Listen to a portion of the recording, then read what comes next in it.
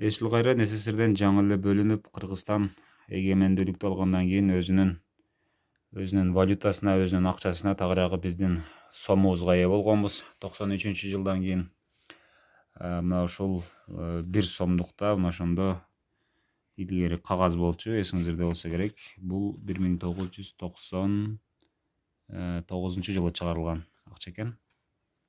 1 сомдук. Мындан да мурункусу бар болчу. Мындан сарыраак, бир аз көлөмү да чоңураак. Андан кийин 5 сомдук. Бул 1 сомдукта Абдулла Смалдыбаев опера балет театрынын аты коюлган Бишкекте. Ал эми 5 сомдукта биздин балерина, кыргыз элинин сыймыгы Бибисара Бейшеналиева. Бул 5 сомдукка түшүрүлгөн болчу. 5 сомдук мына ушундай көк түстө. Артында мына ошол опера балет театрынын имаратынын сүрөтү түшүрүлгөн. Бул 97-жылы чыгарылыптыр 5 сомдук акча. 10 сомдо Касым Тыныстанов репрессиянын курмандыктарына айланган кыргыз элинин каймактарынын бири. Касым Тыныстановдун 10 сомдукка чыгарылган бул сүрөтүн билесиздер. Бул дагы 97-жылы чыгарылган, артында тоонун сүрөтү чегерилген. Кыргыз банкы, төраганын колу.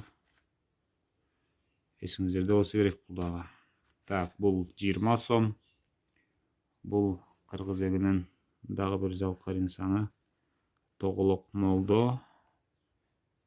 Так, бул Тоголок Молдо 1860-жылдан 1942-жылга чейин өмүр сүргөн экен. Артында болсо Манас атабыздын күмбөзү болуш керек. 20 сомдук мына ушундай. Ал эми бул болсо 20 сомдук болсо 1900 жок. Бул 2002-жылы чыгарылыптыр.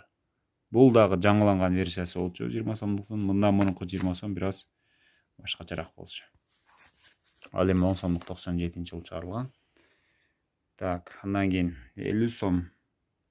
Курманжан Даткаенебиздин элеси түшүрүлгөн 50 сом. Бул дагы жаңы 50 сом болчу. Ошол учурдагы тагыраагы бул дагы. Так. Кызык. Мунун чыккан жылы жазылбаптыр. 50 сом. Мына ушундай. 50 сомдукта Курманжан Даткаенебиздин элеси түшүрүлгөн. Болсо керек, бул акчалардын ошол ак бөлүгүндө дагы бир элес бар. Бул жерде Жусуп Баласагын дейин десем, же Токтогул Сатылгановпу, бирок өзүнүн негизгисинде Курманжан Даткан. Ал эми бул элес жагында болсо башка бир сүрөт экен. Менимче бул Токтогул Сатылганов окшойт. Кийинки Тоголок Молдонукун көрөбүз. Мында өзү экен. Мына көрүп турасыздар. Андан кийин Касым Тыныстановдукунда өзү. Сиздерге элеси көрүнүп турабы? Мына 10 сом деген жазуунун үстүндө. Андан кийин 5 сомдо Бибисара Бейшеналиева өзү. Көлөкөсү тагыраагы. Мында да Малдыбаев өзү. Бир гана ушул 50 сомдукту менимче Улуттук банк ошондо адашып чыгарып койгон окшойт.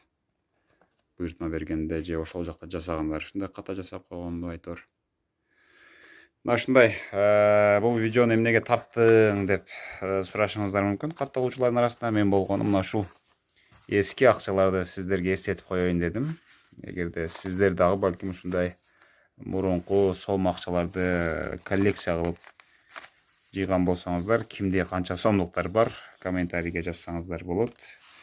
Менен буларды жөн эле кызыгып эле чогултуп жүрөм. Баягындай жылдар өткөндөн кийин аукционго коюп кымбат баага сатайын деген деле ой жок.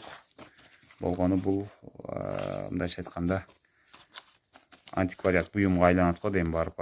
Анткени мындай акчаларды азыр табуу кыйын. Кээ бир адамдарда ушул сакталып гана өзүндө калып калбаса, атак. Бул дагы мындайча айтканда мен үчүн кызыктуу буюм. Байлык деп айтпайм, бирок мен үчүн кызыктуу буюм. Акчалар биздин кыргыз валютасынын алгачкы акчалары. Мен муну эгемендүүлүк күнү жакындап калгандыгына байланыштуу мына ушул просто сом жөнүндө маалымат берейин деп эле ушул акчаларды эстеп коеюн дедим. Эгерде кимде 100 сом болсо, мен 200 сомго сатып алам. Номериңиздерди жазсаңыздар, мен алайын. 100 сомдук керек болуп атат. Азыр пока 1 сомдон 50 сомго чейин бар.